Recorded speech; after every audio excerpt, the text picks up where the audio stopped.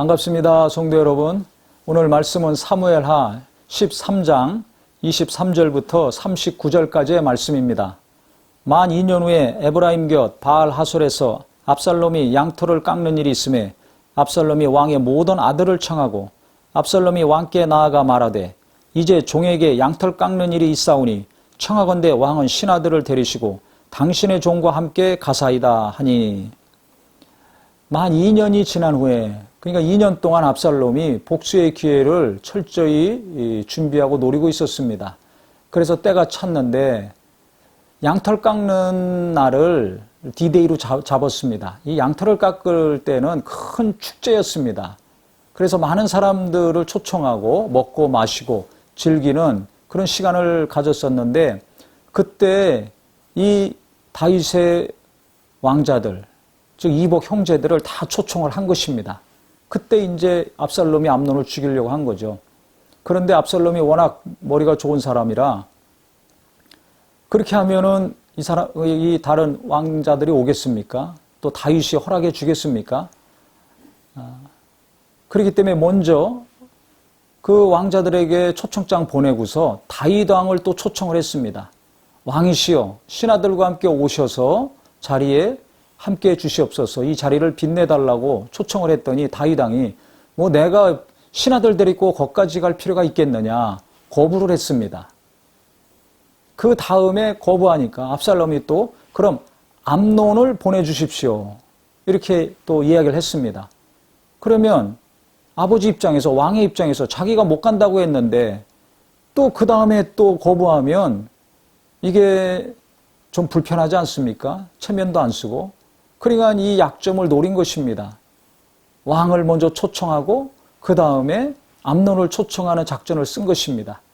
그래서 다윗 왕이 자기는 못 가니까 그 다음 또 암논 못 보내겠다고 그러면 미안하니까 암논 가는 곳은 허락을 해 줬습니다. 그래서 암논과 함께 이제 그 많은 왕자들이 이 잔치에 참여를 하게 됩니다.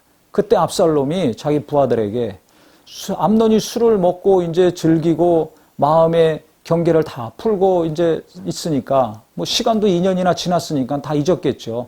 압살롬이 나에 대해서 원수 갚을 마음이 없구나 안심했겠죠. 또 아무 소리도 내지 않았다고 하지 않았습니까? 그러니까 안심하고 이제 먹고 즐기고 있었습니다. 그랬더니 압살롬이 자기 부하들에게 내가 책임질 테니까 저 암논을 죽여라 해가지고 그 부하들이 암논을 살해합니다. 그래서 양털 깎는 날 잔치집에 초청해서 암논을 죽인 다음에 압살롬이 이제 살인을 했으니까 어떻게 되겠습니까? 체포돼서 처형을 당할 수밖에 없죠. 그래서 그가 도망갔습니다. 어디로 도망갔냐면 외갓집으로 도망갔습니다.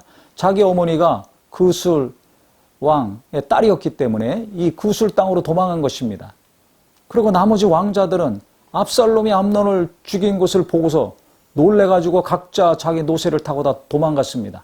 그런데 이 소문이 이 처음에 다윗에게 보고될 때는 어떻게 보고됐는가? 압살롬이 왕자들을 다 죽였습니다. 이렇게 보고가 됐습니다.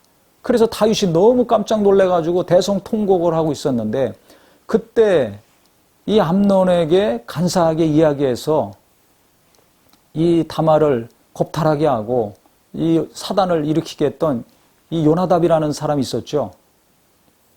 이 사람이 또 와가지고 다윗을 위로합니다. 아닙니다. 고종하십시오. 압살롬이 왕자들 다 죽이지 않고 암논만 죽였을 것입니다. 이렇게 얘기합니다. 그게 확실합니다. 그러니까 이 요나답은 원래 암논하고 친하지 않았습니까? 그렇기 때문에 이 암논이 반드시 거기서 죽었을 것이고 나머지 왕자들은 아무 일이 없었을 것이다 확신을 한 것입니다. 그러니까 정보력이 뛰어났습니다. 지혜로운 사람이었습니다. 근데 아주 간사한 사람이기 때문에 아주 나쁜 쪽으로도 쓰임받고 이 좋은 쪽으로도 지금 쓰임받고 있는 것입니다. 그랬더니 이제 그쪽에서 왔던 병사가 이야기하기를 정확한 보고를 했죠. 암논만 죽고 나머지 왕자들은 다 살았습니다 했습니다. 그러면서 다윗 왕이 39절에 보면 마음이 압살롬을 향하여 간절하니 암논은 이미 죽었으므로 왕의 위로를 받았음이더라 그랬어요. 다 죽은 줄 알았는데 암논 하나만 죽었으니까 그 마음이 위로를 받았다는 것입니다.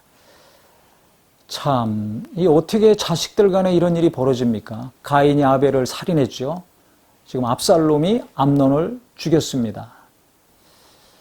그 평화롭던 가정이, 하나님의 복이 넘쳤던 가정이요 나라였는데 다윗이 무너지더니 이제 가정이 무너지기 시작하고 이후에 압살롬의 반역을 통해서 또 이스라엘이 혼란을 겪게 되죠. 왜 이런 일이 계속 이루어질까요? 그래서 오늘 말씀을 통해서 우리가 하나님 앞에 깨어있는 거, 하나님 앞에 바로 서는 것이 그 어떤 것보다 중요하다는 것을 깊이 깨달으면서 마음에 새겨야 된다고 생각을 합니다. 한순간의 범죄로 말미암아 어려움을 겪더니 지금 다말이 암논에게 당할 때 다윗이 쓰임받았지 않았습니까? 암논이 자기 아버지 다윗에게 요청해가지고 다말 데려와서 내게 음식 좀 만들어 주십시오. 그러면 내가 낫겠나이다. 다윗이 그래서 다말을 암논에게 들어가라고 했습니다. 지금 여기도 마찬가지입니다. 암논을 우리 잔치에 보내주십시오. 압살롬이 요구했을 때 다윗이 암논과 그 아들들 다 보낸 거 아닙니까? 어떻게 이런 일들이 벌어지는가? 죄에 대해서 깨어있지 않을 때 이런 일들이 계속 벌어집니다. 그래서 우리 성도님들, 저도 마찬가지지만 과거에 열심히 했다고, 과거에 충만했다고 안심하고 만족하면 또 타락하거나 무너지기 쉽습니다. 항상 하나님 앞에 깨어있고 젊었을 때나 나이 들었을 때나 내가 풍부할 때나 가난할 때나 높은 자리에 있을 때나 낮은 자리에 있을 때나 현역에서 열심히 할 때나 은퇴를 했을 때나 관계없이 항상 하나님 앞에 깨어서 바로 서 있는 거 연습하고 훈련해야 될 것입니다. 내가 무너지고 내가 타락하면 내 자식들에게도 그 영향이 갑니다. 후손들이 잘 되기를 얼마나 원합니까? 후손들이 잘 되기 이전에 내가 하나님께 예배를 성공시키고 기도도 상달시키고 귀한 것들을 심음으로 하나님이 물질도 거두게 하시고 응답도 거두게 하시고 거룩한 의의 열매를 계속 맺혀지는 삶을 보여주심으로 후손들도 거룩한 길을, 빛의 길을 갈 수 있는 귀한 가정이 되시기를 예수님의 이름으로 축원합니다.